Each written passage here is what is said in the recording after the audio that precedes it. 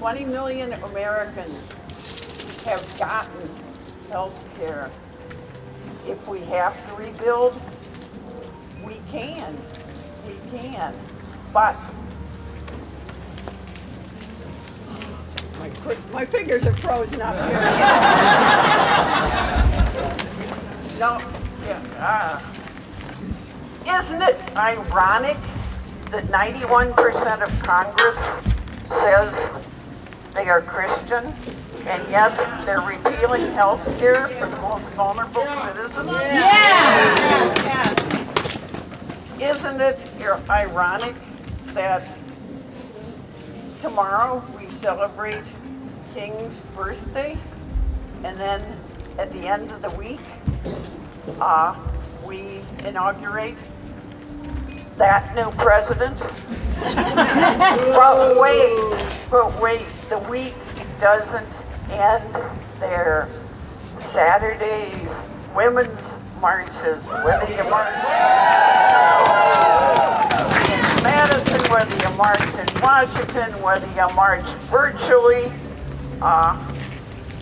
we, the people, will do this together. If we can't stop the repeal, we are able to work with people from both sides of the aisle to reinvent the Affordable Care Act, to keep the good stuff, because when it all boils down, it's we, the people, that keep America great for all of us.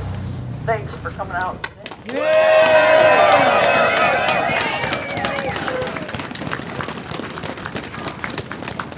Thank you, Dr.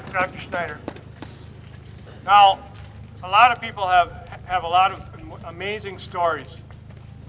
I usually like to start when I speak with a joke, but today is not a laughing matter. What's happening in Washington is not a laughing matter. And I think the stories you're going to hear, you're going to go home with thinking, oh my God, I sure feel better about what I have, and I need to fight harder for what other people must have. Now we're going to hear from Jenny House, and she has a story to tell. Good afternoon. So, you know you're in Wisconsin when you look out in the crowd and you see somebody on a cold January day eating an ice cream cone. So, congratulations to you. Jeff asked me to speak here to tell my story, but I have a couple stories to tell, so I hope you'll bear with me. The first one is only partly my story. It's mostly my sister's story. In 2011, in March, my sister was a self-employed single parent. She was, like every member of my family, a life coach and trainer of life coaches.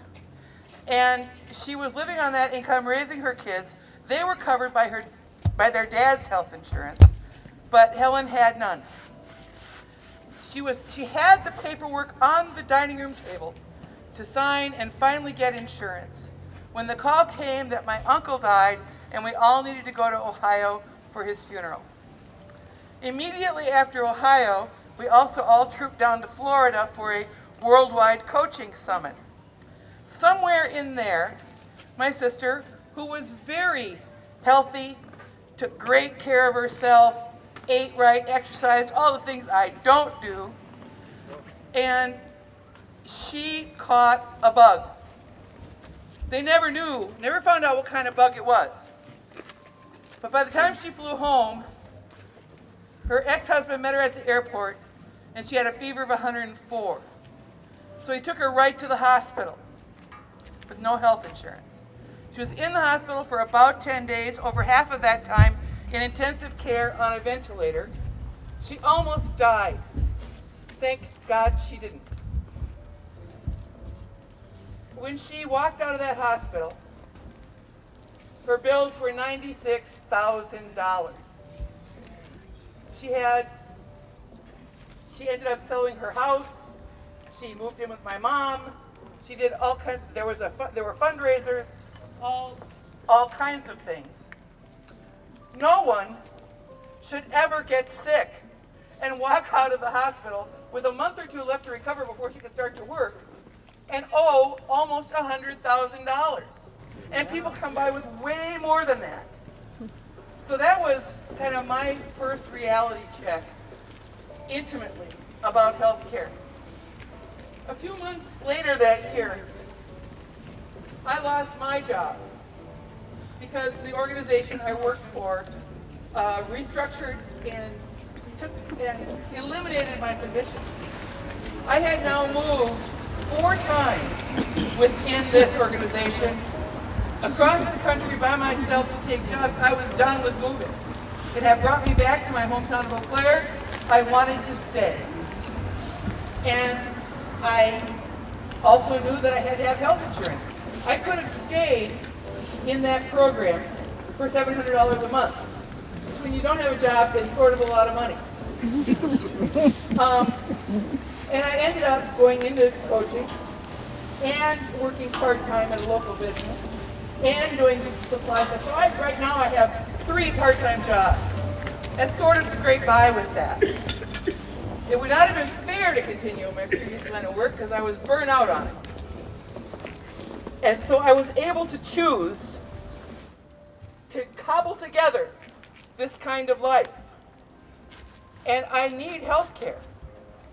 I get health care now through the health insurance now through the exchanges. I work 3 jobs and I can afford the health care that I have through the Affordable Care Act. What this does for self-employed people, for entrepreneurs, for small business people, for all the people who can't get covered under employer plans, is it gives people choices of what to do in their lives. It means, okay, I was a pastor for 25 years. That was the job that I was burned out on. It would not have been fair for me to go to another congregation as a burnout pastor. It would not have been fair to them. It would not have been fair to me. It would have been disastrous for all of us. Having the option to get insurance through the exchanges gave me choices. And it provides choices for people who are inventing things, who are discovering things, who are starting things, who are beginning to drive the engine of what makes this country run. So yeah, it's about my story, but it's really our story. And it's about the story of what can happen when we guarantee people basic human rights of health care. Yes. Yes. Thank you all for coming out today. Keep fighting this fight.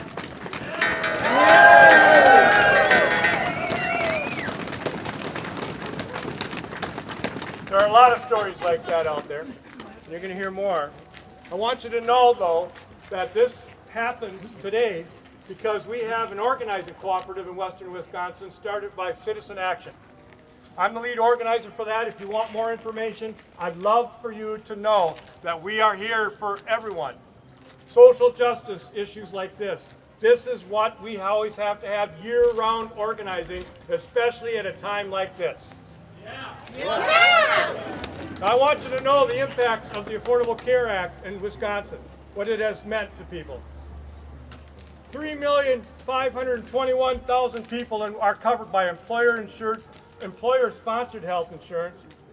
But since the ACA was enacted, those people will no longer, I shouldn't say no longer, but did not have to worry about an end to annual lifetime limits. It also meant young adults were covered until they're 26. Throw this stuff away. I'll pick it up later. They also have free preventive care. Slower premium growth. Before, I know and you know too, before the Affordable Care Act, it was not unusual to see 14%, 15% hikes in health insurance on an annual basis.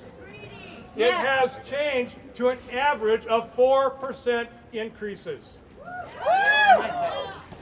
Better value through the 80-20 rule, which meant that the health insurance companies now by law have been forced to use 80% of their money coming in for actual health care. Yes. That might go away. And if the Wisconsin had only taken the expansion money for Medicaid, 21,000 Wisconsinites could have gained coverage that are not getting coverage now. Thanks, Walker! Thousands of Wisconsinites with mental illness or substance abuse disorder could get help, but they're not. Wisconsin could be saving millions in uncompensated care costs. And children and people with disabilities and seniors could more easily access Medicaid coverage. But that's not happening. We all know that story, but now I'm going to ask you to hear a story from Lorene Vetter, a physician that happens to have become a friend of mine through the Citizen Action Organization. Okay, I'm a physician from Menominee, and back in 2005 we started a free clinic, and that was because we didn't think that the working poor were being taken care of adequately. We're right up to you. Okay, right into so our free board clinic, we felt we were making a statement about the problems of health care access when we started our free clinic. We also thought we could help avoid some crises walking into our emergency room from very ill people that were afraid to get medical care. Okay, so we were very blessed. We got help from the Mayo Clinic. They provided us space in their building. They provided us equipment. They provided supplies. We got help from many volunteers that volunteered their time as physicians, as nurses, as social workers, as technicians. We were lucky to get generic drugs, which at that time were very cheap, so we could give a lot of free drugs to our patients. We also were able to get drugs from the pharmaceutical companies that were free to our patients. Well, along comes the Affordable Care Act, and the numbers have gone down at our free clinic in Menominee, which is good. We still see people because they need medications, and those medications have become much more expensive. Now, you've heard about EpiPen, what happened with that. That could cost you $1. If you got a vial, you could buy a vial and get your own syringe and inject it. But they have made it so unaffordable. And also, antibiotics have been discontinued. You can't get certain generic antibiotics. And others that were cheap are now tremendously expensive. That benefits pharmaceutical companies. It doesn't benefit the people. So, I would like to make certain requests of our Congress that they take a look at our Affordable Care Act. It allows access for insurance. I have a son who did not have insurance for 12 years, and he got it under the Affordable Care Act. And also, he's received help with his premiums, which a lot of people on the Affordable Care Act will get help with making payments for their insurance so they can get medical care. And the Affordable Care Act has insisted upon preventative care, which is what we need to prevent illness. It has allowed chronic illness to be treated so that we can optimize care for people. We don't let them get really sick and end up in the emergency room at their end of their life. Okay, as Congress poises to repeal the Affordable Care Act, ask this question: is health care a human right? Is it? Yes! Is it a right to life issue? Yes! Let your representative know that. Unfortunately, in our country, we have a problem with access to health care. Other countries believe that health care is a human right, and they don't put people in bankruptcy when people get ill. I would like to tell you I'm really proud of our free clinic in Menominee, but that is not the answer to our current problem, because that only gives care to people one night a week. And we need care all the time. We need coverage in one way or another, whether it's universal health care or health care as it is under the ACA. Ask your congressman or your senator, don't you think that the poor need help? Don't you think that the middle class need help with their health care? Yeah. Yes. Don't just listen to your wealthy clients or corporations that give you money. It may be easier for our representatives to take this money and take care of those people, but they need to listen to their constituents rather than those clients. In fact, it really bothers me that their clients are often like corporations owned by foreign countries. Okay, and why don't you let your representative also know that we all need access to health care? And thank you all for being here. Yes. Representative Dana Walks, who's here to speak to us today. Thanks, Jeff. You know, in my life, I wear three hats. I'm a father and husband, and I am a trial lawyer here in Eau Claire. I've practiced for 31 years, and I represent Eau Claire in the state legislature. I'm a Democrat. Yay. Now, sometimes those three missions blur. Sometimes there are situations where all three come together. And a couple of years ago, I represented in my law capacity, I represented a guy named Bruce. Bruce and his wife Diane, they farmed on a dairy farm for about 35, 40 years. And when their youngest son turned 18, they lost their health insurance. They had a small dairy operation, but they did employ some folks, and they had a pretty successful operation. So their youngest turned 18, and they lost their health insurance. And a few weeks later, Diane was diagnosed with diabetes. And a couple months after that, she had to have one of her legs amputated. And they got a bill one day from a hospital, not an Eau Claire hospital, this is not in Eau Claire, but they got a bill from a hospital for $178,000.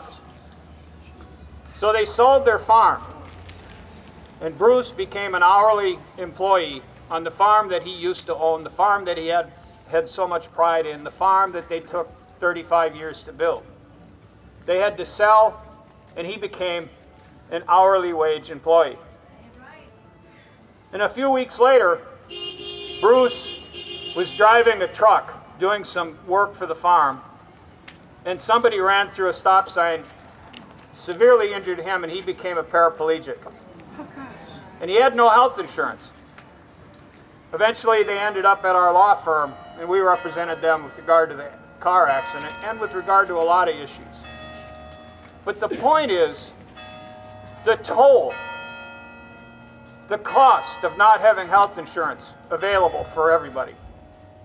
What is this cost that we bear in this society? What cost is there both emotionally, in family, and in business? The Affordable Care Act allowed people to take their health care with them. If their employer didn't offer health care, they brought their own. That takes a burden off of business. But most importantly, what it does is it helps people. People. Not powerful special interest groups, it helps people. And that's what this is all about, folks. We need to help people.